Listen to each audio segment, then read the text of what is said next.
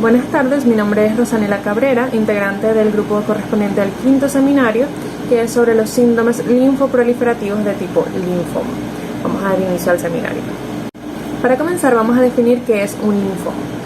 Este término corresponde a un grupo heterogéneo de enfermedades clonales, neoplásicas, y ellas comparten la característica particular el que se producen como el resultado de una mutación o un grupo de mutaciones somáticas a un progenitor de los linfocitos. Es una neoplasia porque hay un crecimiento exacerbado y acelerado de esta célula y sus clones corresponden a lo que es la neoplasia. La localización de los linfomas es principalmente en los ganglios linfáticos como órgano linfático. También otros órganos linfoides pueden ser el sitio en el que se asienta inicialmente esta neoplasia, como lo puede ser el tejido linfoide, las placas de Peyer a nivel del tubo digestivo, a nivel del colon, o lo puede ser el vaso. También puede ser que primariamente tenga un origen extraglandular o extralinfático, es decir, que no inician así en el tejido linfático este tipo de neoplasias, y puede darse el que una neoplasia que inicia en un ganglio linfático o en un órgano linfoide se disemine hacia sitios no linfáticos. Algo importante en esta definición es que debemos de tener en cuenta la diferencia entre una leucemia linfoide y un linfoma. Si es una neoplasia de los linfocitos o sus precursores que reside en lo que es la médula ósea, es una leucemia linfoide. Y si reside en un sitio anatómico distinto a la médula ósea, se denomina linfoma. El primer linfoma del que hablaremos es el linfoma de Hodgkin. Esta es una neoplasia del tejido linfoide y está definida y es característica en ella la presencia de células malignas denominadas de Reed-Sternberg, por las personas que las descubrieron, o también células de Hodgkin. Tenemos en la diapositiva una imagen de una célula de Reed-Sternberg, que es una célula multinucleada en la que podemos ver dos nucleolos bastante prominentes separados por una membrana nuclear bastante densa. Esta célula es característica del linfoma de Hodgkin y a nivel de anatomopatología, los patólogos lo describen como los ojos de un búho. También tenemos la célula de Hodgkin, que es una variante mononuclear a esta célula de Reed-Sternberg, o incluso cuando esta célula se ve en el corte, en un plano en el que se visualiza un solo núcleo, se puede pensar que es una célula de Hodgkin. En cuanto a la epidemiología del linfoma de Hodgkin, tenemos que hay una predilección por el sexo masculino y es bastante particular la curva de incidencia según el grupo etario. Esta curva es de tipo bimodal. Tenemos que la incidencia del linfoma de Hodgkin va aumentando desde edades tempranas de la vida hasta tener un pico en la tercera década de la edad y luego tiene un descenso en la incidencia hasta los 45 años de edad en el que esta vuelve a aumentar. Se sospecha que el linfoma de Hodgkin podría tener una etiopatogenia o una relación con un agente infeccioso como el virus del Epstein-Barr. El virus de Epstein-Barr se ha relacionado con el linfoma de Hodgkin porque se han realizado estudios multitudinarios en los que se observan que las personas que desarrollan linfoma de Hodgkin tienen títulos anormalmente altos para algunos anticuerpos antivirus de Epstein-Barr antes de su diagnóstico como pacientes con linfoma de Hodgkin. La demostración del genoma del virus del Epstein-Barr en células de Reed-Sternberg apoya esta teoría o esta hipótesis sobre la etiopatogenia infecciosa o cómo esta puede influir en el desarrollo de la enfermedad. La sintomatología del paciente con linfoma de Hodgkin tiene dos piezas fundamentales, como lo son las adenopatías y la fiebre. Las adenopatías son el signo más frecuente, están casi siempre presentes, son palpables, tienen una consistencia elástica y característicamente, como las adenomegalias neoplásicas, son indoloras. Vamos a encontrarlas principalmente en la cadena ganglionar cervical, este es el sitio de mayor frecuencia, seguido por el área supraclavicular y también es frecuente a nivel axilar y en la fosa cubital. Entonces estos son los primeros sitios a explorar en un paciente en el que podemos sospechar linfoma de Hodgkin. Hablemos también de la fiebre, que la fiebre es uno de los síntomas más frecuentes, suele ser de baja intensidad e irregular. Un paciente con linfoma de Hodgkin nos puede llegar a la consulta con una fiebre de origen desconocido, un síndrome febril prolongado. Tenemos también dos posibilidades de un paciente febril que pueda tener un linfoma de Hodgkin, como lo son el que este sea parte de los síntomas B, que es una triada de síntomas o signos que identifican claramente a esta patología. Tenemos entonces la fiebre, la pérdida de peso, que tiene que ser de un 10% del peso inicial del paciente en los 6 meses antes del diagnóstico, y también sudoraciones nocturnas profusas. Esto ocurre en aproximadamente una tercera parte de los pacientes con linfoma de Hodgkin y tiene un valor pronóstico importante que veremos más adelante al momento de estadiar a nuestro paciente. Y esta triada se denominan los síntomas B. Tenemos también la fiebre de Bell-Epstein. Esta es menos frecuente, no tanto como son los síntomas B, pero este patrón cíclico es bastante característico y único de lo que es la fiebre por un linfoma de Hodgkin. Es una fiebre cíclica en la que sigue un patrón de un paciente febril por 1 a 2 semanas y luego tiene un periodo afebril de la misma duración.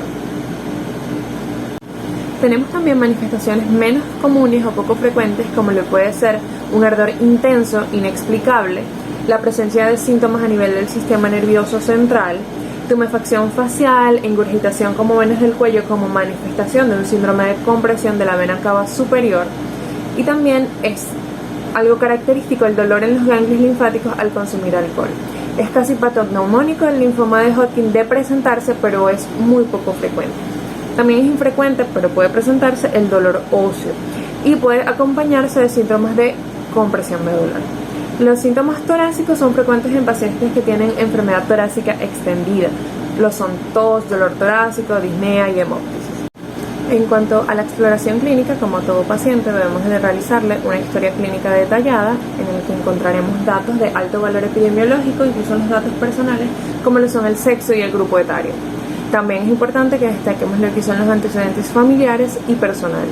En la enfermedad actual debemos de realizar una investigación o un interrogatorio exhaustivo en los síntomas que pueda tener nuestro paciente, como sea por ejemplo la fiebre, si esta fue cuantificada. Es muy importante en todos los síntomas también el tiempo de evolución y ciertas características que nos puedan orientar al diagnóstico de un linfoma de Hodgkin. En cuanto al examen físico, iniciamos por la inspección, en la que observaremos en los sitios más frecuentes de encontrar adenopatías, también si el paciente tiene pérdida de peso respecto a los 6 meses anteriores, y pueden haber signos menos frecuentes como la compresión de la vena cava superior.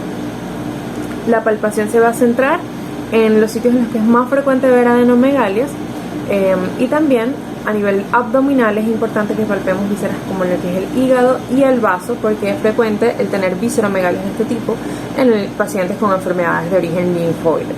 Entonces vamos a tratar de realizar lo que es la hepatometría y también descartar la hepatomegalia. Con esto nos podemos ayudar también en la percusión. Y a nivel de la auscultación torácica, específicamente podemos buscar lo que es un soplo pleural que puede indicar una enfermedad torácica avanzada con afectación de la pleura. En cuanto al diagnóstico del linfoma de Hodgkin, tenemos distintos estudios complementarios que vamos a hacer luego de nuestra exploración física para confirmar el diagnóstico. Tenemos entonces primero, y en esto vamos a hacer bastante énfasis porque van a ser probablemente los estudios a los que tendremos más acceso como médicos de atención primaria, lo que son los estudios complementarios a nivel de sangre periférica. Comenzamos por una hematología completa en la que se pueden presentar muy variadas alteraciones, desde una neutrofilia, eosinofilia, linfopenia, trombocitosis, anemia. Entonces pueden haber muy variadas alteraciones. De aquí es importante que nos quedemos con que las citopenias son particularmente frecuentes en niveles ya avanzados de la enfermedad o en histologías específicas en las que hay depresión linfocítica. También tenemos la velocidad de eritrosedimentación, o como lo conocemos más en nuestro medio, la velocidad de sedimentación globular, que es un reactante de fase aguda que se aumenta en estados inflamatorios, y en este caso su elevación se va a correlacionar con que nuestro paciente presente síntomas constitucionales. Y también en pacientes que se encuentran en remisión puede indicar la reactivación de la enfermedad. Entonces es algo más con valor pronóstico que diagnóstico. Igualmente tenemos la LDH, que se encuentra elevada al momento del diagnóstico en al menos una tercera parte de los pacientes, por lo cual es también frecuente encontrarlo en los exámenes complementarios a nivel de sangre periférica. En la fosfatasa alcalina la traemos a colación porque ella puede elevarse en los pacientes con linfoma de Hodgkin, pero lo hace de forma no específica. A veces está elevada en pacientes con enfermedad localizada, pero también puede elevarse en pacientes con enfermedad avanzada en los que pasan a tener afectación hepática. La hipercalcemia es inusual, pero puede ocurrir porque las células tumorales pueden producir una hipersecreción de lo que es la vitamina D3. Y tenemos algo un poco más específico que es la beta-2 microglobulina, y ella se relaciona con lo que es la carga tumoral y el pronóstico de nuestro paciente. Ahora, hablando de lo que es la clasificación de los linfomas de Hodgkin, estos se van a clasificar dependiendo de su extensión, y algo muy importante para esta clasificación es que tomemos en cuenta el nivel del diafragma. Tenemos entonces que puede tener una afectación exclusivamente supradiafragmática, infradiafragmática o en ambos lados del diafragma, y esto va a determinar la extensión y la gravedad o severidad de nuestra enfermedad. Entonces tenemos la clasificación de Ann Arbor, que es la que nos da los estadios de la enfermedad de Hodgkin. Tenemos el estadio 1, en el que vamos a tener que estar afectado una sola región linfoide o un solo órgano extraganglionar o no linfoide, es decir, tenemos una enfermedad localizada a un solo sitio. Luego tenemos ya el estadio 2, en el que pueden afectarse dos órganos linfoides o dos ganglios linfáticos, o puede afectarse también un ganglio linfático y un órgano no linfático, pero en el estadio 2 la particularidad es que se encuentran en el mismo lado del diafragma. Lo más frecuente es que esté a nivel supradiafragmático, a excepción de en ancianos del sexo masculino, en los que se puede encontrar a nivel infradiafragmático, pero es lo menos frecuente. Tenemos ya el estadio 3, en el que puede haber afectación de regiones linfoides a ambos lados del diafragma, supra e infradiafragmático. Puede también haber afectación esplénica o de órganos extraganglionares, pero la característica aquí es que la afectación es tanto supra como infradiafragmática. Y ya el estadio 4 es el estadio en el que hay una afectación difusa, diseminada, de uno o más órganos, tejidos extralinfoides, y puede haber o no la afectación de una región linfoide en específico. Al inicio del seminario habíamos hablado de lo que eran los síntomas B, que son 3. En ellos vamos a tener la fiebre, la sudoración nocturna profusa y la pérdida de un 10% del peso corporal en 6 meses previos al diagnóstico. Si nuestro paciente presenta estos tres síntomas, vamos a poner al lado de su estadio la letra B, porque son los síntomas B. Y si tiene ausencia de estos síntomas, sería la letra A. Y esto tiene un valor pronóstico y para la determinación del tratamiento de nuestro paciente. Como toda patología neoplásica, la confirmación diagnóstica se hace por medio de el estudio anatomopatológico. En este caso sería la biopsia y aspirado, ya sea del ganglio linfático, el órgano linfoide o el área extralinfática en el que se encuentra la posible patología tumoral. Entonces tenemos que este diagnóstico lo vamos a hacer esperando observar lo que son las células de Reed-Sternberg, que son las células características del linfoma de Hodgkin, que ya hablamos que son bilobuladas y que observamos como lo que son los ojos de un búho. Sin embargo, estas suelen ser un bajo porcentaje de lo que es la celularidad de esta neoplasia. Entonces, más que verlos a nivel de biopsia o de aspirado, lo que se realiza para la confirmación diagnóstica es lo que son los estudios inmunológicos. Entonces, siempre que se realiza una biopsia y un aspirado, tanto se observa el microscopio para ver si se observan estas células, como se realizan los estudios inmunológicos correspondientes. En estos estudios inmunológicos se van a detectar antígenos que son específicos de las células de Reed-Sternberg y antígenos también un poco menos específicos. Pero la presencia o ausencia de determinados antígenos es lo que nos va a determinar el diagnóstico de la enfermedad. También tenemos que puede haber un diagnóstico diferencial de otra gama de patologías que no sean el linfoma de Hodgkin en pacientes con las características que hemos mencionado. Tenemos muy importante la mononucleosis infecciosa, que ya hablamos incluso de que puede tener una relación el virus de Epstein-Barr con el linfoma de Hodgkin. Puede ser un linfoma de otro tipo, un linfoma no Hodgkin, algún otro tipo de adenopatías como las inducidas por fármacos y otro tipo de neoplasia maligna que no sea de origen linfoide. En cuanto a lo que es la radiología, en el diagnóstico del linfoma de Hodgkin vamos a tener principalmente lo que es la tomografía a nivel torácico. Se va a realizar porque en 2/3 partes de los pacientes al momento del diagnóstico ya van a tener afectación mediastínica. También puede haber adenopatías iliares, afectación del parénquima pulmonar, derrames pleurales, pero estos son menos frecuentes y pueden apreciarse en lo que es la tomografía de tórax también. Tenemos que la tomografía no se va a realizar nada más a nivel del tórax, sino también de abdomen y pelvis para la detección de ganglios linfáticos que puedan estar en las regiones celíaca, portal, iliar, esplénica y mesentérica. Otra forma de clasificar el linfoma de Hodgkin, y muy importante para llegar a lo que es el tratamiento de esta enfermedad, son los subtipos histopatológicos de este linfoma. Tenemos entonces 4 tipos, que son el de esclerosis nodular, que es el más frecuente, y los otros tres que son celularidad mixta, rico en linfocitos y depresión linfocítica, que estos dependen de la cantidad de células de Reed-Sternberg presente. En el de celularidad mixta es moderada, el rico en linfocitos tiene muchos linfocitos pero pocas células de Reed-Sternberg, y el de depresión linfocítica tiene pocos linfocitos pero gran cantidad de células de Reed-Sternberg, y este es bastante poco frecuente.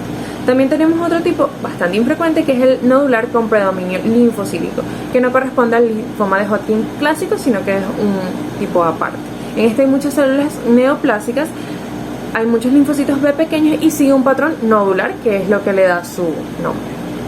En los pacientes con diagnóstico de linfoma de Hodgkin, el enfoque terapéutico es bastante exitoso en pacientes con enfermedad circunscrita, y ellos alcanzan un nivel de curación de hasta un 90%.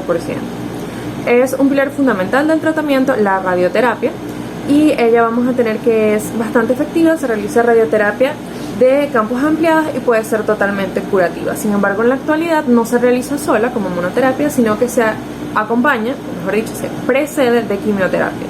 Entonces tenemos que en pacientes con enfermedad que tenga buen pronóstico reciban un breve ciclo de quimioterapia y posteriormente la radiación correspondiente. Y si son pacientes con enfermedad más extensa, reciben un ciclo completo de quimioterapia. También los pacientes que tienen síntomas B, que ya los comentamos, reciben un ciclo completo de quimioterapia y posteriormente la radiación.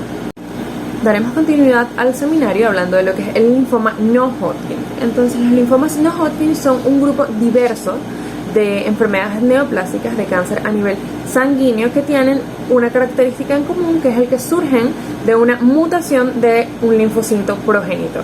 Este daño al ADN que puede provocar los distintos tipos de linfoma no Hodgkin es generalmente adquirido y pocas veces heredado. Esta transformación da como resultado la proliferación descontrolada y exagerada del linfocito, que es en sí lo que produce la neoplasia. En cuanto a la epidemiología del linfoma no Hodgkin, tenemos que la incidencia de este aumenta con la edad y predomina el sexo masculino. En cuanto a la etiología, ya sabemos que es por mutaciones. Es importante igualmente saber los antecedentes familiares como en cualquier enfermedad neoplásica. Sin embargo, vuelvo a destacar el que generalmente estas son mutaciones adquiridas más que heredadas.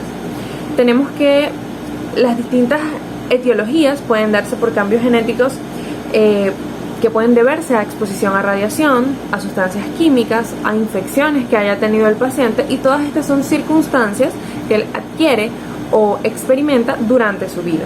También pacientes con deficiencia inmunitaria, enfermedades autoinmunes e infecciones crónicas pueden tener una mayor susceptibilidad a llegar a padecer un linfoma no Hodgkin.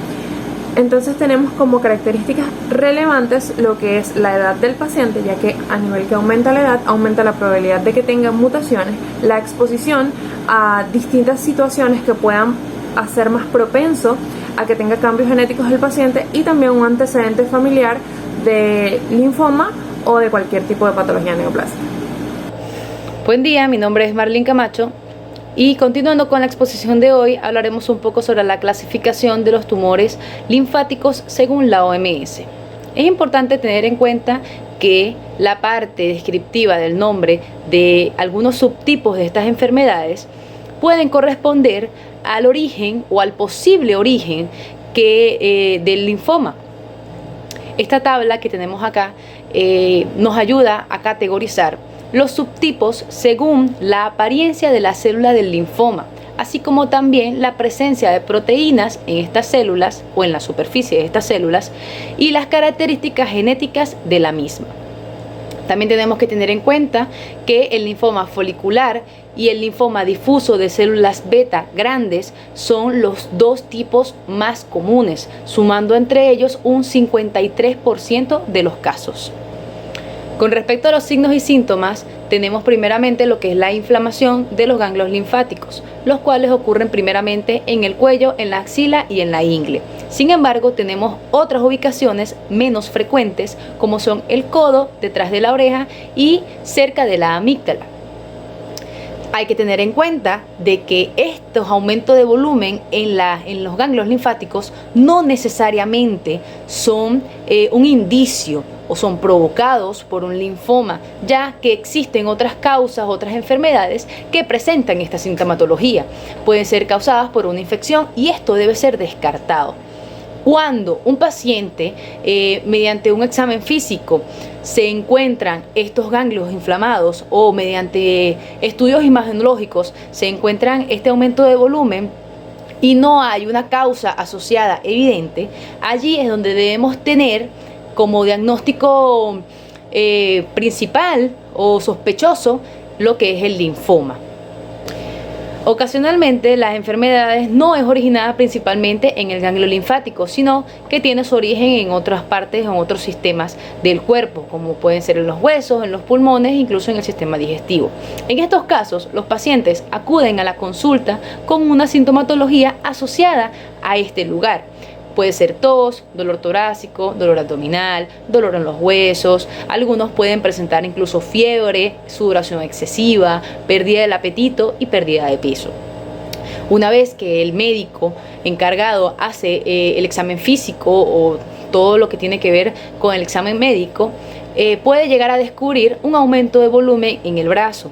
Y esto es debido a que existe una gran acumulación de linfocitos en el brazo y esta acumulación puede volverse maligna y proliferar.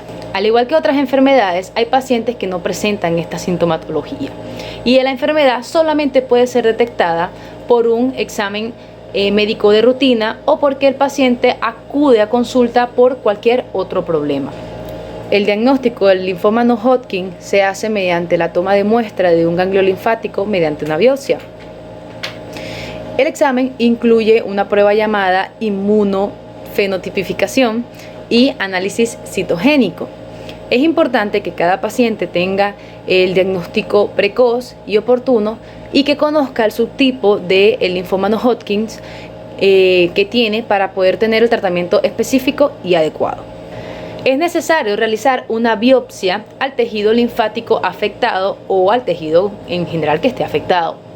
Sin embargo, muchas veces una biopsia por aguja no es suficiente. Entonces se realiza un pequeño procedimiento quirúrgico en el cual se extrae una gran porción de este tejido.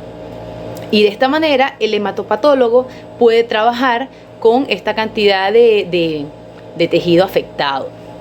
El linfoma no-Hodgkin tiene una característica el cual consiste en que no necesariamente debe estar vinculado con el sistema linfático.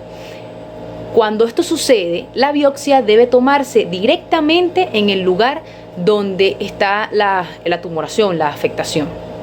Una vez que el hematopatólogo tiene en su poder el tejido o la muestra de tejido, se encarga de hacer una preparación en un portaobjeto en el cual le aplica una serie de conservantes y tintes para poder así diferenciar las células que lo orientarán en un diagnóstico y su subtipo específico. A la muestra de la biopsia se le realizan una serie de exámenes. Entre ellos está la inmunofenotipificación, en donde el hematopatólogo obtiene las células directamente del material de la biopsia y logra identificar si son células B, células T o citolíticas naturales. Luego tenemos el análisis citogénico, en donde se examinan las anomalías cromosómicas, las cuales son importantes para determinar el subtipo específico del linfoma no-Hodgkin y así poder orientar el tratamiento adecuado. Por último, tenemos los perfiles de expresión génica y análisis de micromatriz, el cual nos permite evaluar los subtipos de cáncer con sus riesgos y así predecir si el paciente será capaz de responder adecuadamente al tratamiento y si este paciente es candidato para una recaída. El diagnóstico diferencial del linfoma no-Hodgkin va a comprender cualquier tipo de adenopatía, sea maligna o de cualquier otra etiología. Las causas de la infiltración maligna adenopática van a ser el linfoma Hodgkin, las leucemias y las metástasis de cualquier otro tumor. Las causas del aumento de volumen o tamaño de las adenopatías no malignas incluyen lo que son las enfermedades inflamatorias como el lupus eritematoso sistémico o las infecciones como la tosoplasmosis y micobacterias. La presencia de signos y síntomas que acompañen estas manifestaciones son las que nos van a permitir diferenciar estas etiologías. Una adenopatía supraclavicular o laterocervical baja siempre va a ser sospecha de una neoplasia y el proceso diagnóstico debe acelerarse para asegurar la salud del paciente. Con respecto a la estadificación, tenemos que el examen físico y las pruebas imagenológicas le permitirán al médico determinar el estadio en que se encuentra el linfoma no-Hodgkin. Estas pruebas nos permitirán saber la ubicación y la distribución en el aumento de volumen de los ganglios linfáticos, así como también si hay otros órganos que fueron afectados aparte de los ganglios y si existe una masa tumoral más grande que otra. Entre las pruebas imagenológicas se va a incluir las radiografías, las tomografías computarizadas en cuello, tórax, abdomen y pelvis y imagenologías por resonancia magnética en casos selectos y tomografías por emisión de positrones con 18F fluorodexosirglucosa. Con respecto a las pruebas de laboratorio, tenemos que estas nos van a permitir determinar si hay células del linfoma en la sangre y si las inmunoglobulinas producidas por los linfocitos son defectuosas o anormales. También nos permitirán examinar los indicadores de severidad de la enfermedad, tales como los niveles de proteína en la sangre, el ácido úrico y la velocidad de sedimentación eritrocitaria. También podemos evaluar la función renal y hepática, así como la situación del paciente con respecto a los tipos de hepatitis, sea A, B o C. También podemos medir dos importantes marcadores biológicos como son la deshidrogenasa láctica y la beta-2 microglobulina, los cuales son indicadores que nos ayudan a predecir o a evaluar el pronóstico en ciertos tipos de linfoma no-Hodgkin. Algunas pruebas están asociadas a un subtipo de linfoma no-Hodgkin específico. Por eso no se le deben realizar todas las pruebas a todo paciente que presente este linfoma. Se debe escoger el adecuado. Por ejemplo, si tenemos a un paciente con afectaciones en el tubo digestivo, se le debe realizar una endoscopia. Mientras que el paciente, si tiene antecedentes familiares de cáncer de colon, así como los pacientes que son mayores de 50 años, recurrentemente se le debe realizar un estudio colonoscópico. Otros pacientes que presentan sintomatología en el sistema nervioso central, se le debería de realizar una punción lumbar o pruebas imagenológicas en la columna y el cerebro. Una vez realizados los estudios que mencionamos anteriormente, vamos a ser capaces de catalogar el linfoma no-Hodgkin en estadios o etapas. Como podemos apreciar en la imagen que vemos acá, en la etapa 1, la enfermedad se va a ubicar o a localizar en una sola zona, es decir, en un solo grupo de ganglios linfáticos o en un solo órgano. Mientras que en la etapa 2 vamos a tener dos o más afectaciones de ganglios linfáticos, pero en una sola de las áreas divididas por el diafragma. En el estadio 3 o en la etapa 3 vamos a tener dos o más regiones de ganglios linfáticos alterados, tanto arriba y abajo del diafragma. Y por último tenemos el estadio 4, en donde ya es una enfermedad mucho más compleja, es mucho más extendida, en donde no solamente vamos a ver afectados ganglios linfáticos, sino que vamos a ver diversos órganos o sistemas afectados por este linfoma. Buenas, mi nombre es Leonardo Cabeza y vamos a hablar sobre el tratamiento del linfoma no-Hodgkin. Una vez que el linfoma no-Hodgkin se diagnostica y se clasifica por etapas, se van a discutir las diferentes opciones terapéuticas que hay. Varios tipos diferentes de tratamiento pueden ser usados contra el linfoma no-Hodgkin. Estas opciones dependen del tipo de linfoma y de su extensión, así como de otros factores de pronóstico. Por supuesto, cada paciente es único y las opciones de tratamiento convencionales muchas veces se tienen que acomodar a la situación de cada paciente. Los tipos principales de tratamiento para el linfoma no-Hodgkin son quimioterapia, inmunoterapia, terapia dirigida, radiación y trasplante de células madres. En pocos casos también se emplea la cirugía. Siguiendo con la quimioterapia, esta es el uso de medicamentos contra el cáncer que usualmente se inyectan o se administran por vía oral. Estos medicamentos entran al torrente sanguíneo y llegan a casi todas las áreas del organismo, lo cual hace que este tratamiento sea muy útil para tratar a los linfomas. Dependiendo del tipo, de la etapa o extensión del linfoma, se puede administrar la quimioterapia sola o combinada con la radioterapia. Existen muchos medicamentos de quimioterapia que son útiles para tratar a los pacientes de linfoma. A menudo se combinan varios medicamentos.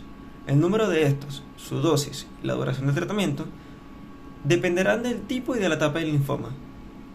Algunos de los medicamentos comúnmente usados para tratar el linfoma incluyen, dividido en grupos de según cómo funcionan, a los agentes alquilantes como la ciclofosfamida, medicamentos que contienen platino como el cisplatino y otros como la vincristina y la doxorubicina.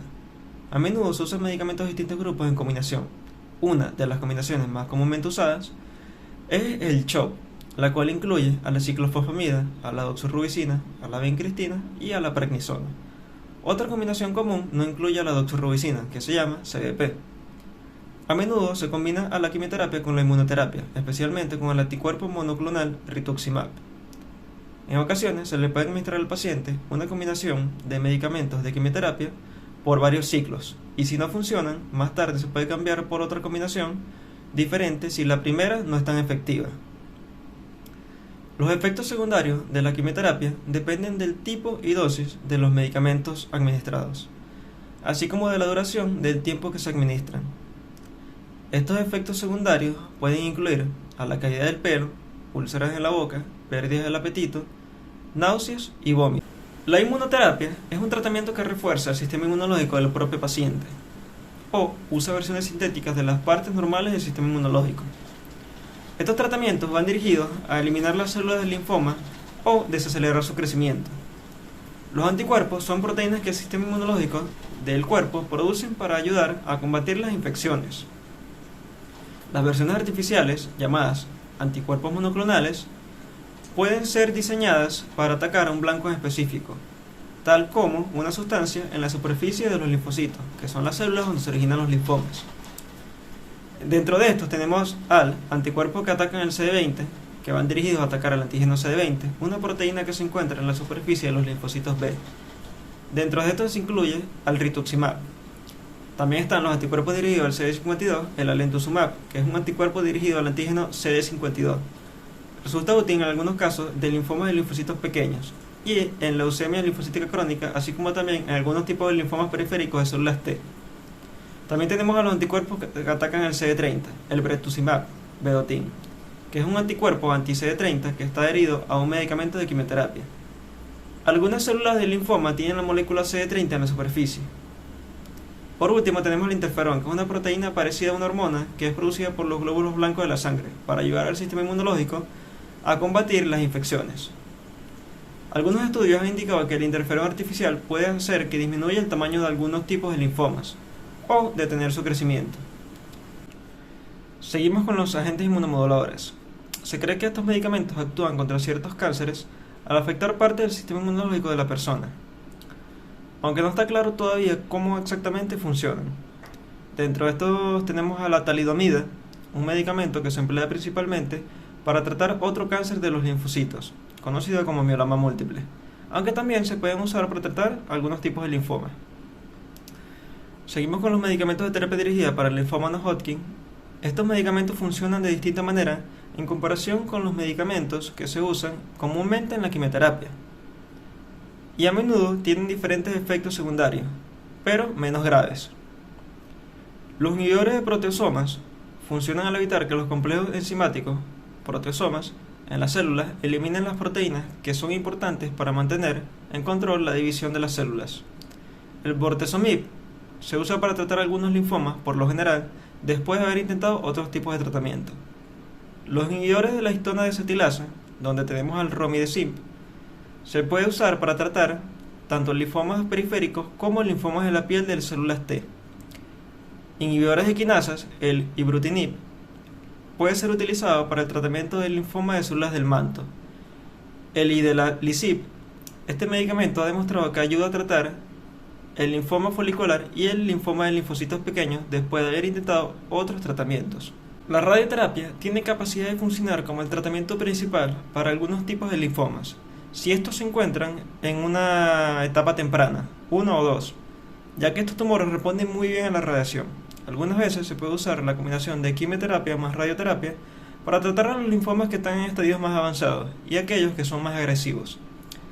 La radioterapia también tiene finalidad en aliviar los síntomas causados por un linfoma que se ha propagado a órganos internos como el cerebro o la médula espinal, o cuando un tumor está causando dolor porque ejerce presión sobre los nervios. Entre los posibles efectos secundarios de la radioterapia dependerán del lugar de donde se aplique la radiación. Los efectos secundarios comunes incluyen halos, cambios en la piel similares a una quemadura de sol, cansancio extremo, náuseas, diarrea y recuentos sanguíneos más bajos. La cirugía se utiliza frecuentemente para obtener una muestra de biopsia y así diagnosticar y clasificar a un linfoma, pero se usa pocas veces como tratamiento. En pocas ocasiones, la cirugía se utiliza para tratar a los linfomas que se originan en el vaso o en ciertos órganos fuera del sistema linfático, tales como la glándula tiroides o el estómago, y que no se han propagado más allá de estos. Sin embargo, cuando el linfoma está completamente contenido en una sola área, generalmente el tratamiento preferido es la radioterapia en lugar de la cirugía. Continuando, tenemos que el linfoma folicular es un subtipo bien definido del linfoma de Hodgkin, que se desarrolla a partir de las células B del centro germinal en los ganglios linfáticos y que tiene un patrón de crecimiento folicular. Este tipo de linfoma es una neoplasia de crecimiento lento con un bajo grado de agresividad. Además, es el segundo tipo de linfoma de Hodgkin más frecuentemente diagnosticado, con cerca del 20% de los casos. Se estima que cada año se diagnostican unos 2,7 nuevos casos de linfoma por cada 100.000 habitantes en todo el mundo, con 0,5 muertes por cada 100.000 personas. La edad media del diagnóstico es de 60 a 65 años, y la enfermedad es extremadamente rara en niños. Este tipo de linfoma se encuentra principalmente en los ganglios linfáticos, pero también pueden afectar al vaso, médula ósea y sangre periférica. La piel y el sistema nervioso central se ven afectados en casos excepcionales. Los síntomas aparecen en una fase avanzada de la enfermedad y pueden incluir fiebre, sudores nocturnos y pérdida de peso. En el momento del diagnóstico, los pacientes generalmente se presentan con adenopatía y, en el 50% de los casos, esplenomegalia. El linfoma a menudo es asintomático, lo que significa que puede estar presente durante años y ser diagnosticado en las fases avanzadas de la enfermedad. Cuando aparecen los síntomas, el signo más común del linfoma es el incremento palpable y no doloroso de los ganglios linfáticos, tanto en el cuello, las axilas o la región inguinofemoral. Los ganglios de otras regiones del cuerpo también se pueden ver agrandados, pero no suelen ser palpables. Buenos días compañeros, mi nombre es Rafael Cabeza y yo seguiré explicándoles sobre los tipos de linfoma no Hodgkin, en el cual tenemos las células del manto. Este linfoma es aproximadamente el 5% de todos los linfomas y el tamaño de las células suele ser de pequeño a mediano. Este tipo de linfoma afecta más a los hombres y la edad promedio de los pacientes va entre 60 a 65 años. Ya cuando este linfoma es diagnosticado, generalmente ya se ha propagado hacia ganglios linfáticos, médula ósea y a menudo también hacia el vaso. Por lo general, este linfoma no es de crecimiento muy rápido, pero es difícil de tratar y cuando se descubrió al principio, a menudo ya se ha propagado ampliamente. Aunque usualmente no crece rápidamente como otros tipos de linfomas, como puede ser el linfoma de Burkitt, con frecuencia tampoco responde también al tratamiento, debido a que es muy poco probable que los tratamientos actuales para este tipo de linfoma lo curen. Linfomas de zona marginal de células B. Estos linfomas representan aproximadamente de un 5 al 10% de los linfomas y son linfomas de células pequeñas. Existen tres tipos principales de linfomas de zona marginal. Tenemos al más común, o al más conocido también, que es el linfoma de tejido linfático asociado con la mucosa, el tipo MALC. Estos linfomas no van a comenzar en los ganglios linfáticos y son extraganglionales. La edad promedio de los pacientes, hablando un poco de la epidemiología, es aproximadamente entre 60 años y es un linfoma de crecimiento lento que a menudo se cura en etapas tempranas. La mayoría de este tipo de linfomas se originan en el estómago y están asociadas con la infección por la bacteria Helicobacter pylori. Otras posibles partes del cuerpo que pueden invadir son los pulmones, la piel, la tiroides, las glándulas salivales, entre otros. Generalmente ya se va a limitar a una área donde comienza y no se va a propagar ampliamente. Muchos de estos tipos de linfomas también pueden estar asociados con otras infecciones de bacterias o virus y a menudo se trata como primer tratamiento con antibióticos para tratar la infección por Helicobacter pylori, que usualmente puede curar el linfoma. El otro tipo de linfoma tenemos el linfoma de tipo nodal.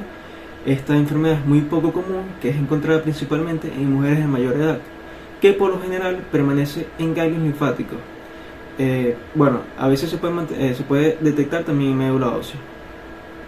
Muchos pacientes se pueden curar si se les diagnostica en etapas iniciales. Tenemos también el linfoma esplénico de zona marginal de células B. Este también es un linfoma poco frecuente, que comúnmente se encuentra en vaso y en médula ósea. Generalmente se encuentra en pacientes, en hombres de edad avanzada. Los síntomas pueden ser cansancio y esplenomegalia, es de crecimiento lento, y a menos que los síntomas se tornen problemáticos, no se trata. Este tipo de linfoma también está asociado a la infección por hepatitis C. El linfoma de Burkitt conlleva alrededor del 1 al 2% de todos los tipos de linfoma, y va a recibir su nombre del médico que describió la enfermedad inicialmente en niños y jóvenes africanos. El tamaño de las células va a ser mediano y es un linfoma que es de rápido crecimiento. Tiene dos versiones. En su versión africana o endémica, usualmente comienza como un tumor en la mandíbula o en otros huesos faciales, y este tipo de tumor está asociado con la infección por el virus de Epstein-Barr, el cual también puede causar mononucleosis infecciosa. El tipo endémico es un tipo de linfoma de Burkitt que es poco común, y el otro tipo que se observa con más frecuencia es el linfoma que comienza generalmente en el abdomen, donde va a formar una masa tumoral grande. Este tumor también puede originarse en los ovarios, testículos u otros órganos, y se puede propagar en el cerebro y hasta en el líquido cefalorraquídeo. Por lo general, el tipo visto en otros países no está asociado con una infección a causa del virus de Epstein-Barr, y cerca del 90% de los pacientes son hombres, es decir, tienen una predilección en varones, con una edad promedio de 30 años. Aunque este linfoma es de rápido crecimiento, más de la mitad de los pacientes pueden ser curados con quimioterapia intensiva. Aquí les paso a hablar sobre la afectación, la alteración de los linfocitos T en el linfoma no Hodgkin. Anteriormente yo les hablaba sobre los tipos que afectaban las células B, o sea, los tipos que alteraban las células B. En este tipo de linfoma de células T son relativamente muy poco comunes, pero yo les voy a hablar sobre las dos más comunes entre estas. Tenemos al linfoma leucemia linfoblástica de células T precursoras, donde se puede considerar tanto linfoma como leucemia dependiendo de cuán involucrada va a estar la médula ósea. Estas células cancerosas son células T inmaduras que pueden tener que pueden ser de un tamaño pequeño a un tamaño mediano. También están los linfomas periféricos de células T, que son tipos de linfomas que se originan de células T más maduras, que se presentan en raras ocasiones y solo representan una pequeña porción de todos los linfomas. Este linfoma se va a dividir en varios subtipos. Yo les voy a hablar sobre el linfoma leucemia de células T del adulto, que es el más frecuente, pero también está el linfoma cutáneo de células T, el linfoma angioinmunoblástico de células T, linfoma extraglandular de células T agresoras naturales de tipo nasal, y el linfoma anaplásico de células grandes. El linfoma leucemia linfoblástica de células T precursoras, esta enfermedad va a representar 1% de todos los linfomas, y a menudo se va a originar en el timo, ya que aquí se van a producir muchas células T. Este linfoma también se puede convertir en un gran tumor en el mediastino, ejerciendo presión en la tráquea y provocando dificultad respiratoria. Además, también puede obstruir o ejercer presión en la vena cava superior o hasta bloquearla, lo que puede causar una inflamación en los brazos y en el rostro. Hablando un poco sobre la epidemiología, habitualmente ella afecta a pacientes adultos jóvenes, siendo los hombres más afectados que las mujeres, y es un linfoma de crecimiento rápido, que si no se propaga a médula ósea al momento del diagnóstico, ella tiene altas probabilidades de curación tratándola con quimioterapia. A menudo la forma del linfoma de esta enfermedad se trata de la misma manera que la forma de la leucemia. El linfoma o leucemia de células T del adulto es causado por una infección con un virus llamado HTLV1, que también se puede llamar linfoma HTLV1. Es poco común en Estados Unidos y es mucho más común en Japón, el Caribe y partes de África. Yo les voy a hablar sobre los subtipos, el cual tenemos el incipiente, crónico, el agudo y el tipo linfoma. El subtipo incipiente tiene células T anormales en la sangre, sin un número aumentado en los linfocitos. Este linfoma podría afectar tanto la piel como los pulmones y no va a involucrar otros tejidos. Este subtipo crece lentamente y tiene un pronóstico más favorable. Asimismo, el subtipo que es crónico también crece lentamente y tiene un pronóstico favorable. O sea, tiene similitud en estas características. Y va a presentar un aumento total de los linfocitos y células T en la sangre. Puede afectar tanto piel, pulmones, ganglios linfáticos, hígado o vasos, pero no a otros tejidos. El subtipo agudo actúa como una leucemia aguda, pues tiene altos recuentos de linfocitos y células T, que a menudo vienen acompañados con agrandamientos de ganglios linfáticos, el hígado y el vaso. También se pueden afectar piel u otros órganos y a menudo los pacientes presentan fiebre, sudoración durante la noche y pérdida de peso, así como resultados anormales en análisis de sangre. El subtipo de linfoma crece más rápidamente que el tipo crónico e incipiente, pero no tan velozmente como el tipo agudo. Presenta ganglios linfáticos agrandados sin un aumento de linfocitos en la sangre y el recuento de células T no va a estar elevado. Ok, ahora les voy a hablar sobre una de las alteraciones de las células plasmáticas, el cual es el mieloma múltiple. Es una proliferación maligna de plasmocitos en la médula ósea, que se va a producir en asociación con lesiones osteolíticas e inmunoglobulina monoclonal, que puede estar tanto en suero, orina o en ambos. Esta enfermedad se va a caracterizar por una acumulación clonal de células plasmáticas en la médula ósea y es la neoplasia hematológica más frecuente del linfoma no Hodgkin. El mieloma va a representar más de 1% de todas las neoplasias malignas y un 10% de las neoplasias hematológicas. Hablando sobre la epidemiología del mieloma, esta es más frecuente en la edad avanzada, sobre todo sobre los 50 años de edad. Suele ser el momento del diagnóstico a los 70 años y es infrecuente por debajo de los 40 años. El cociente hombre-mujer es de 1.6 a 1, es decir, es más frecuente en hombres y es más frecuente en raza negra que en raza blanca. El mieloma va a representar 1% de todas las neoplasias en raza blanca y 2% en raza negra. Va a representar un 13% de todos los cánceres hematológicos en raza blanca y hasta un 33% de los cánceres hematológicos en raza negra. Sobre la etiología o causa del mieloma múltiple no se conoce, es decir, es idiopática, aunque se considera que es una enfermedad multifactorial, ya que se han descrito e identificado factores predisponentes tanto genéticos como ambientales. En genéticos puede ser por una mayor incidencia en hermanos de pacientes y en sujetos de raza negra, y en factores ambientales, personas que tuvo radiación ionizante de larga data. La célula neoplásica predominante en el mieloma múltiple es la célula plasmática ahora. Y además se han descrito la relación del mieloma múltiple con algunas enfermedades autoinmunes, como la artritis reumatoide o infecciones por otros virus. Se cree que el proceso patogénico del mieloma múltiple se va a originar a través de las anomalías genéticas que permitan la proliferación incontrolada de las células plasmáticas y su acumulación en la médula ósea. En su transformación maligna, esta célula plasmática sufre una serie de episodios oncogénicos que comienzan con translocaciones en los genes de inmunoglobulinas, lo que va a determinar un estado de inestabilidad genética y finalmente el desarrollo de mutaciones somáticas, que son los responsables del fenotipo tumoral.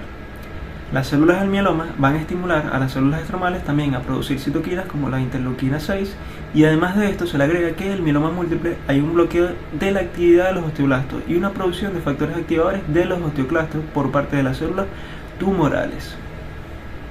En la sintomatología del paciente con mieloma múltiple está la astenia persistente y la debilidad en un aproximadamente 40% de los casos, anorexia y pérdida de peso entre un 25 y 30%, síndrome anémico que describiremos más tarde, y dolor óseo, que es la presentación más común entre un 70 y 80% de los casos, que suele localizarse en la columna vertebral, costillas y caderas. Además, va a existir un grupo pequeño, menor al 10%, que van a ser asintomáticos. Estos no debutan con síntomas y se pueden diagnosticar de manera incidental por hallazgos analíticos. Otras manifestaciones que también describiremos más tarde pueden ser las infecciones, insuficiencias renales e hipercalcemia. Como se había descrito un poco sobre las lesiones óseas, estas lesiones son causadas secundarias a la expansión tumoral, a una producción de factores activadores de osteoclastos por parte de las células tumorales y a unos factores inhibidores de osteoblastos. Los osteoclastos van a reaccionar a la administración de los llamados factores activadores de osteoclastos y las lesiones óseas son de naturaleza lítica. Rara vez se van a acompañar de formación osteoblástica del hueso nuevo, debido a que es suprimida por la proteína Dickhov-1, producida por las células del mieloma. Entre los signos clínicos tenemos la hipercalcemia por un aumento en la pérdida ósea, producto de la osteoporosis, fracturas patológicas y lesiones osteolíticas. Las lesiones óseas localizadas pueden aumentar de tamaño hasta el punto de aparecer tumoraciones palpables, en especial en el cráneo, clavícula y esternón. Los colapsos vertebrales pueden causar síntomas de compresión de la médula espinal. Entre los síntomas tenemos dolor óseo, anorexia, náusea, sed, vómito, constipación y obnubilación, donde el síntoma más frecuente del mieloma es el dolor óseo, que ocurre en casi de 70 a 80% de los casos de pacientes con mieloma. El síndrome anémico es muy importante en los pacientes con mieloma múltiple, donde la concentración de hemoglobina será menor a 12 gramos por decilitro y la mayoría puede padecer fatiga. El mecanismo es donde las células mielomatosas van a invadir la médula ósea e impiden la normal producción y desarrollo de las otras células sanguíneas. También puede ser por hemólisis, menor producción de eritrocitos y a la reducción de la producción renal de eritropoyetina. También los pacientes a menudo pueden desarrollar anemia debido a nefropatía o a la inhibición de la eritropoyesis por estas células cancerosas, pero a veces también es debido a otras causas no relacionadas, como puede ser la deficiencia de hierro o deficiencia de vitamina B12. Esta anemia suele ser normocítica normocrómica en la mayoría de los pacientes con mieloma. Entre los signos y síntomas de importancia, estos síntomas de anemia predominan o pueden ser el único motivo de consulta en algunos casos, y unos pocos pacientes van a presentar manifestaciones del síndrome de hiperviscosidad. Los síntomas más comunes pueden ser astenia, acúfeno, fosfeno, palidez, taquipnea, taquicardia, irritabilidad. Las infecciones recurrentes en el mieloma múltiple se deben a un estado de hipogamaglobulinemia, una disminución del número de linfocitos CD4 y una menor migración de los neutrófilos. Esto es consecuencia de la inmunosupresión global humoral y celular. La disminución de las inmunoglobulinas normales va a conllevar a un déficit de la oxonización, pero además también existen unos profundos trastornos en la inmunidad celular por la secreción de citoquinas, como la interleuquina 6. Estos cambios producen una susceptibilidad a las infecciones bacterianas, sobre todo por neumococos, Klebsiella pneumoniae y estafilococcus aureus en pulmones, y Escherichia coli y otros patógenos gram-negativos en las vías urinarias. Las infecciones afectan al menos a un 75% de los pacientes, es decir, es muy común que estos pacientes tengan infecciones recurrentes. Buenos días, mi nombre es José Cal y yo voy a continuar hablándoles acerca de la clínica del mieloma múltiple, en este caso sobre las hemorragias y los trastornos de coagulación. La trombocitopenia, que da origen a hemorragias, petequias y equimosis, es causada por una interferencia con los factores de coagulación. La proteína monoclonal puede unirse a las plaquetas y a los factores, causando daño amiloide del endotelio y disfunción plaquetaria. Estos trastornos de la coagulación también pueden ser causados por el tratamiento de la enfermedad, que veremos más adelante. En el caso de la hiperviscosidad, en los casos típicos, los plasmocitos malignos producen una inmunoglobulina monoclonal anormal, por lo general mayor a 3 gramos sobre decilitro. Las proteínas monoclonales en el suero pueden polimerizar y causar aumento de la viscosidad, alteraciones circulatorias y formación de eritrocitos en pilas de moneda, causando así la cefalea, la visión borrosa, somnolencia, hemorragias retinianas, epistaxis, púrpura, insuficiencia cardíaca, convulsiones, etc. En el caso de la insuficiencia renal, la primera manifestación de estas lesiones tubulares es el síndrome de Fanconi del adulto, que cursa con un aumento de la pérdida urinaria de glucosa y aminoácidos, más el defecto de la incapacidad del riñón para acidificar y concentrar la orina. La proteinuria no se acompaña de hipertensión y casi todas las proteínas son de cadena ligera. También encontramos oliguria, nicturia, edema, ascitis, circulación lenta, fatiga y confusión mental. El 50% de los pacientes presentan al momento del diagnóstico una insuficiencia renal crónica, que es la segunda causa de muerte en el mieloma múltiple. Las causas más frecuentes de insuficiencia renal crónica son el riñón de mieloma y la hipercalcemia. además de que existe una elevada susceptibilidad a desarrollar insuficiencia renal aguda en el contexto de deshidratación y la administración de contraste. El riñón de mieloma se produce en situaciones de importante proteinuria de Bence-Jones. En dicha situación, el exceso del componente monoclonal excretado a los túbulos glomerulares precipita y forma grandes cilindros hialinos. La proteinuria de Bence-Jones puede incluso alcanzar los rangos nefróticos. Estos mecanismos son el resultado del depósito de cadenas ligeras en los túbulos distales. En condiciones normales, las cadenas ligeras filtradas por los glomérulos se reabsorben en los túbulos y se catabolizan en ellos. Si la oferta de cadenas ligeras a los túbulos aumenta, la sobrecarga de estas proteínas monoclonales pueden causar obstrucción o daños de las nefronas, ya sea por acción tóxica directa de las cadenas ligeras o de forma indirecta por la liberación de enzimas lisosómicas intracelulares y la hipercalcemia. Además de que estos son pacientes que tienen un uso frecuente de antiinflamatorios no esteroideos para aliviar el dolor. En el contexto de las manifestaciones neurológicas, tenemos que las causadas por la hiperviscosidad, el paciente presentará cefalea, fatiga, disnea, exacerbación o desencadenamiento de una insuficiencia cardíaca, trastornos visuales, ataxia, vértigos, retinopatías, somnolencia y coma. En las lesiones y colapso óseo, comprensión de la médula espinal, dolores radiculares, pérdida del control de esfínter de ano y vejiga. En la infiltración de los nervios periféricos por sustancias amiloides, el paciente puede presentar lo que es un síndrome del túnel carpiano. Y por la hipercalcemia, el paciente estará letárgico, con debilidad, depresión, confusión y incluso presentar arritmias. Los sistemas de estadificación de sujetos con mieloma permite predecir la supervivencia y se basa en diversos estudios clínicos y de laboratorio.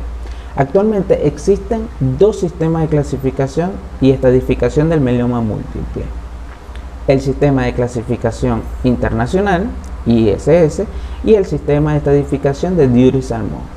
Este último es el que tenemos aquí en la diapositiva, es el más clásico y se basa en la estimación de la masa tumoral.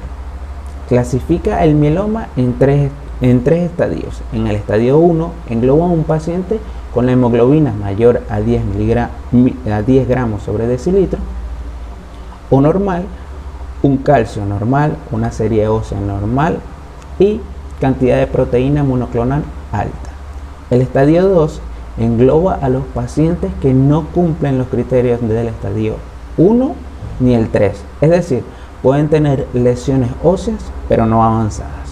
En el estadio 3 presentan además anemia, hipercalcemia, lesiones óseas avanzadas como las lesiones líticas, fracturas patológicas, etc. y tiene proteína monoclonal más alta. Ahora se sabe que este es un sistema antiguo y no define el pronóstico después del tratamiento con dosis alta o con novedosas farmacoterapias dirigidas. Sistema de estadificación internacional.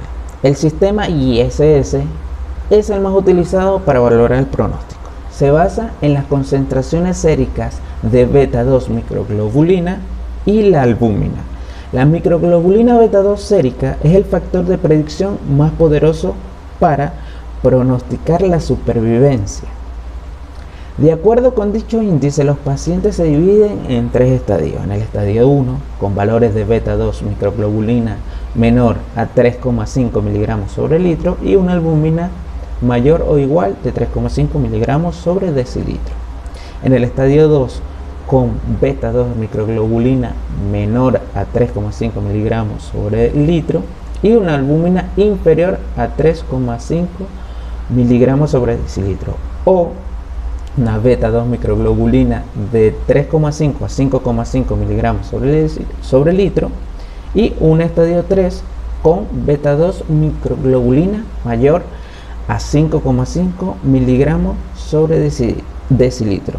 La enfermedad en su estadio temprano se asocia, en el estadio 1, se asocia con una supervivencia de aproximadamente 62 meses, mientras que en el mieloma múltiple avanzado tiene una supervivencia aproximada de 29 meses. Diagnóstico. ¿Cuándo puedo sospechar yo de un mieloma múltiple? Bueno, en pacientes con dolores óseos, que aproximadamente el 75% de los pacientes lo presentan, más frecuentes en espalda, con radiología simple, lo más frecuente es la aparición de lesiones osteolíticas en sacabocado, especialmente en cráneos, costillas y pelvis. Y hay que prestar especial atención ante las fracturas patológicas. Pacientes con debilidad y astenia, condicionados sobre todo por la anemia. Pacientes que presenten síntomas de patología renal que se ve en el 25 y en el 30% de los pacientes, la mayoría de los cuales muestran proteinuria de cadena ligera o de Vance-Jones.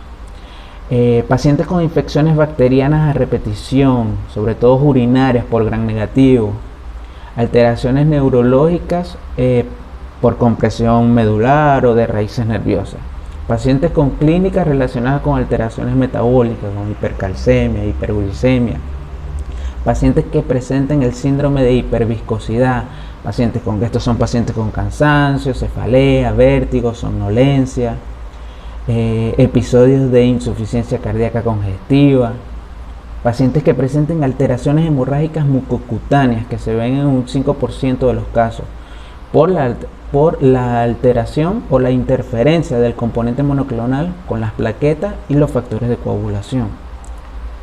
¿Cuáles son los paraclínicos que yo voy a solicitar?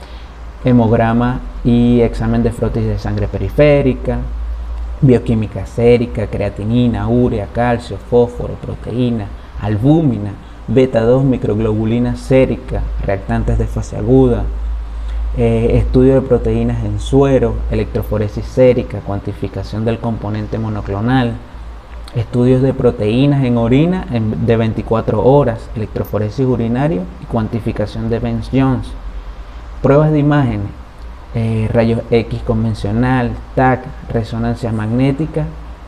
Esto junto con los hallazgos de alteraciones analíticas, por lo menos BSG muy elevado, anemia normocítica con reticulocitos bajos, elevación de creatinina sérica, hipercalcemia, hipoalbuminemia, el hallazgo de proteínas monoclonal me dirigen el diagnóstico, obviamente junto con una historia clínica completa y un examen físico.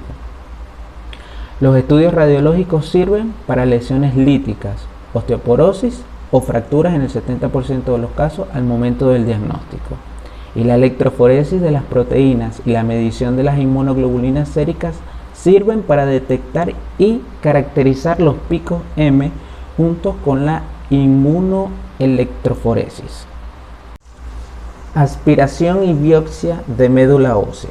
La médula ósea en el mieloma múltiple muestra un aumento de la cantidad de plasmocitos maduros o anormales, los cuales deben comprender al menos el 10% de las células plasmáticas de los elementos nucleares de la médula y con frecuencia crecen en láminas y acúmulos.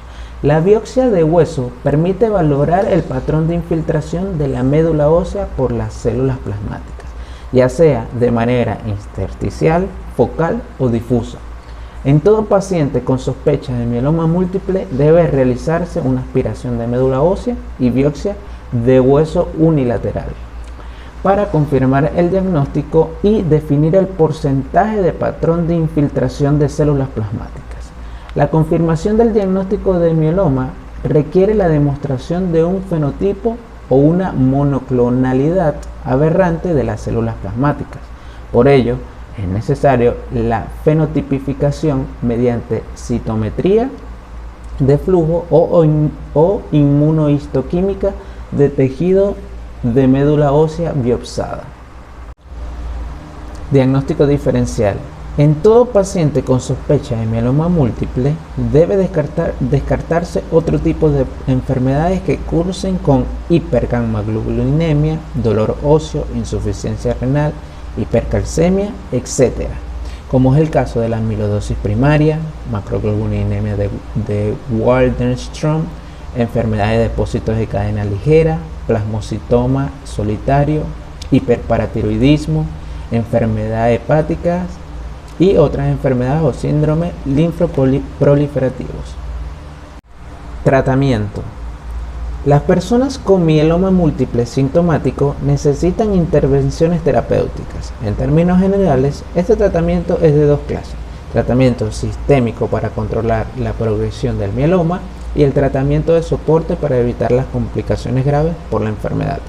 El tratamiento inicial habitual para el mieloma recién diagnosticado depende del hecho de que el paciente sea o no candidato a trasplante de progenitores hematopoyéticos. La mejor elección depende de los factores individuales del paciente, como la edad, estadios de la enfermedad, rasgos genéticos, estado de la función renal, estado de la salud general y las comorbilidades. Para el tratamiento se utiliza el protocolo VISTA, que es para pacientes candidatos o no candidatos.